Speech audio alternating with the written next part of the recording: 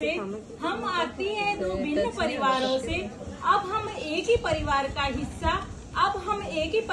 हिस्सा, देवरानी जेठानी का रिश्ता है हमारा, देवरानी जेठानी का रिश्ता है हमारा। हम है हमारे घर में खुशियों का किस्सा, हम है हमारे घर में खुशियों का किस्सा। देवरानी जेठानी की बात कहूँ, इसके पहले मैं बचपन को याद करना चाहूंगी।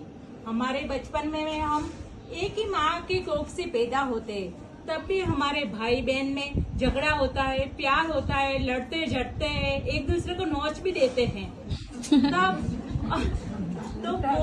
तब भी हम साथ में ही रहते हैं। और जब बड़ी बहन की शादी हो जाती है, तब छोटी बहन को बड़ी बहन की बहुत कमी महसूस होती है।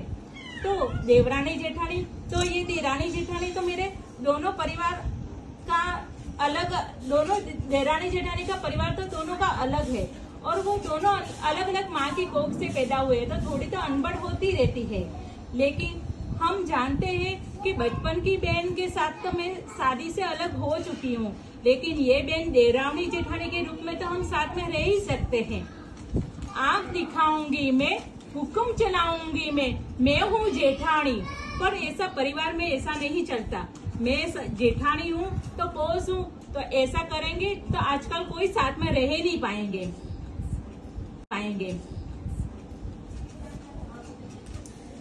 हमारे भी झगड़ा मनमुटाव होता रहता है, लेकिन जनरेशन गैप इतना नहीं है, तो आपस में हम बात करके एक हो जाते हैं।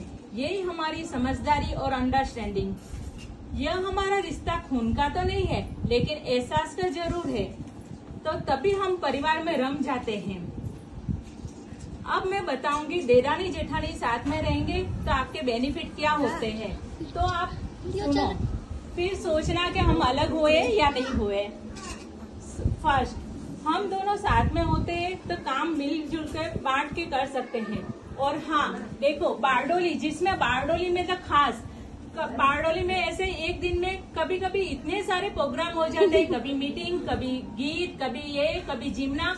तो तब देवरानी जेठानी हो गए, तब अकेले होते, तब सोचते हैं कि मैं कहाँ जाऊँ और कैसे जाऊँ। टाइम का मैनेजमेंट करना पड़ता है, खाना, घर का, परिवार भी देखना पड़ता है। तो ये बारडोली के लिए तो खास है कि देवरानी जेठानी साथ में रहेंगे तो ऐसे काम हो जाएगा।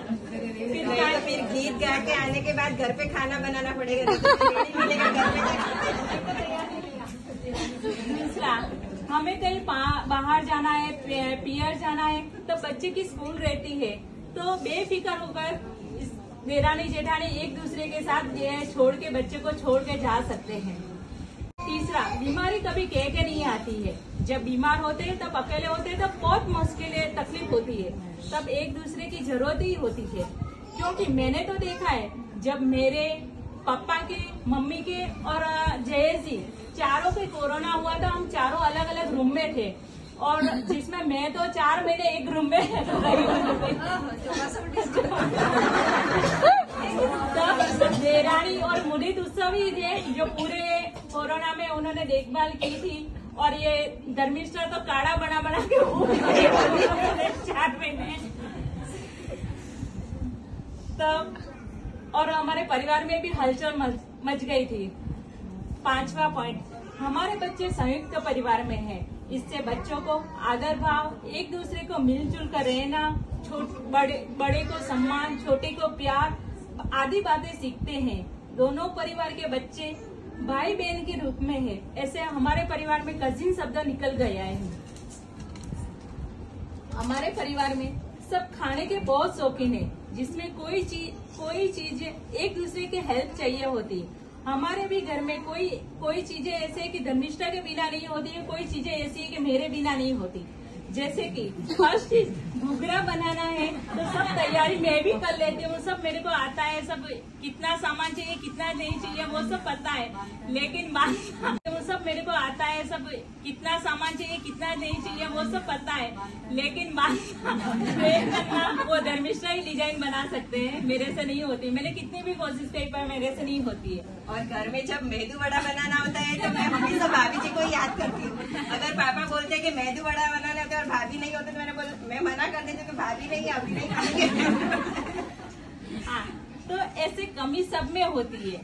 तो ऐसी कमी सब में होती है, पर एक दूसरे की समझदारी और अंडरस्टैंडिंग से हम काम को सफल बना सकते हैं।